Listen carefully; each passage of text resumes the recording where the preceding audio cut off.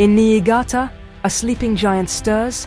The Kashiwazaki Kariwa nuclear power plant, the world's largest by output, is set to rejoin Japan's energy grid after more than a decade offline. On December 22, 2025, local officials gave the green light, a decision echoing far beyond Japan. This isn't just about flipping a switch, it's a calculated gamble that could redefine Japan's energy future and its climate commitments. With 7 reactors and nearly 8,000 megawatts of capacity, Kashiwazaki Kariwa is a symbol of Japan's struggle between energy security and nuclear anxiety. The restart marks a decisive step. Japan is betting its green future on nuclear power, despite the shadow of Fukushima. TEPCO, the same company behind the Fukushima disaster, now faces the challenge of regaining public trust. As TEPCO prepares to restart Reactor 6 in January 2026, the world watches. Has Japan truly learned from its past? Or is it risking history repeating itself? The stakes are high, not just for Japan, but for every nation weighing nuclear energy in the climate crisis. To grasp the weight of this restart, we must remember March 11, 2011. A massive earthquake and tsunami triggered a triple meltdown at Fukushima Daiichi. Over 150,000 people were evacuated, vast land was contaminated, and public trust in nuclear energy was shattered. Japan's entire nuclear fleet was shut down, plunging the nation into an energy crisis and sparking a powerful anti-nuclear movement. Once a pillar of Japan's economic miracle, nuclear power became a symbol of fear and distrust. The shutdown forced Japan to rely on costly, polluting fossil fuel imports, driving up energy bills and carbon emissions. For over a decade, fierce debate has raged. Energy security versus the fear of another disaster. Every restart is haunted by Fukushima's memory, making Kashiwazaki Kariwa's return a reopening of old wounds and a test of national resolve. This decision is both a response to economic necessity and a confrontation with a painful legacy. Kashiwazaki Kariwa is both an engineering marvel and a cautionary tale. Built to power Tokyo, its 7 reactors made it the world's most powerful nuclear plant, but not without controversy. In 2007, a major earthquake struck nearby, exceeding the plant's design limits, causing fires and minor radioactive leaks. The plant shut down for nearly 2 years, prompting costly seismic upgrades and raising doubts about nuclear safety in quake-prone Japan. Post-Fukushima, TEPCO's attempts to restart the plant revealed further safety lapses, unauthorized access, failed security systems, and falsified inspection records. In 2021, regulators banned operations after a string of security breaches, deepening public distrust. TEPCO's history of accidents and cover-ups has made assurances of safety a tough sell for locals. Kashiwazaki Kariwa's legacy is one of immense power and persistent peril. Its restart is shadowed by a history that cannot be ignored. Restarting Kashiwazaki Kariwa has been a decade-long saga of technical hurdles, political battles, and public resistance. TEPCO faced strict new safety regulations, investing heavily in upgrades, seawalls, cooling systems, and backup power. Technical approval came in 2017, but local consent was the real challenge. Niigata's governor withheld support amid strong anti-nuclear sentiment. Security breaches in 2021 led to a humiliating operational ban, forcing TEPCO into deep reform. The ban was lifted in late 2023, setting the stage for a final political push.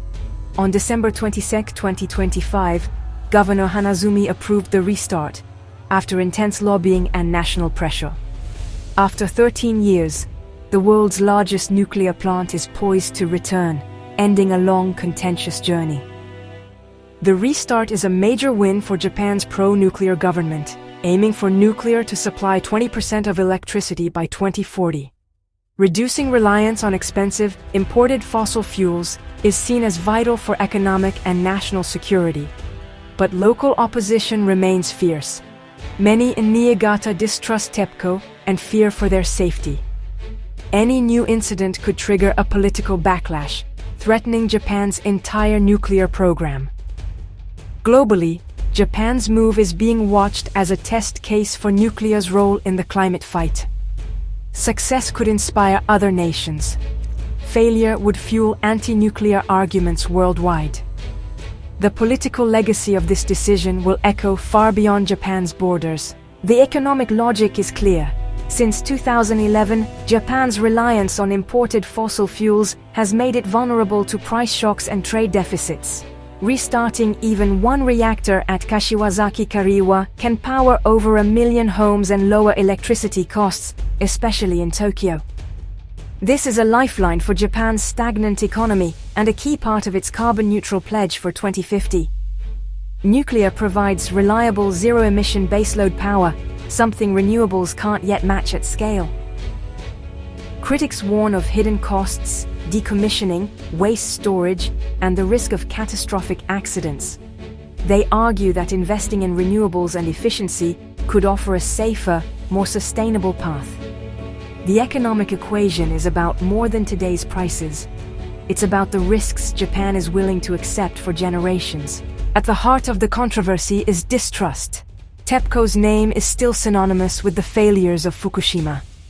Years of apologies and safety upgrades haven't erased memories of cover-ups and security lapses, including the 2021 breaches at Kashiwazaki Kariwa.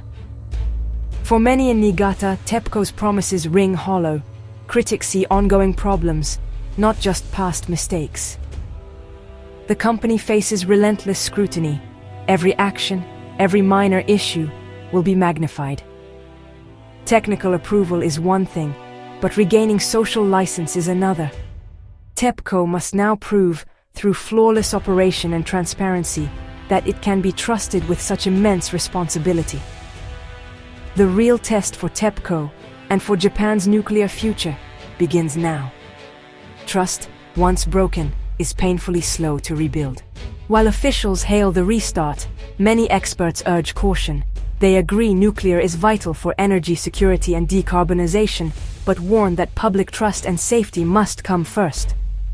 Restarting one reactor is just the start. Each additional unit faces its own hurdles and scrutiny. Any misstep could derail the entire program. Some analysts question the focus on old reactors, advocating for investment in next-generation nuclear or renewables. The real challenge, balancing technical capability with the political and corporate will to earn back public trust. Japan's nuclear future hinges on more than engineering. It depends on restoring confidence. On this Christmas Eve, Japan stands at a crossroads. The restart of Kashiwazaki Kariwa is more than a technical move. It's a defining national moment. For the government, it's a step toward energy security and climate goals. For many citizens, it's a leap of faith shadowed by past tragedy. The hope, a new era of prosperity and safety. The fear, a repeat of old mistakes. For Niigata residents and skeptics nationwide, trust in TEPCO and the government remains fragile. The debate over nuclear power is now a debate over Japan's very identity and future. What risks are acceptable for clean energy? How can trust be rebuilt? The answers will shape not just Japan's energy policy, but its soul. This conversation is only just beginning.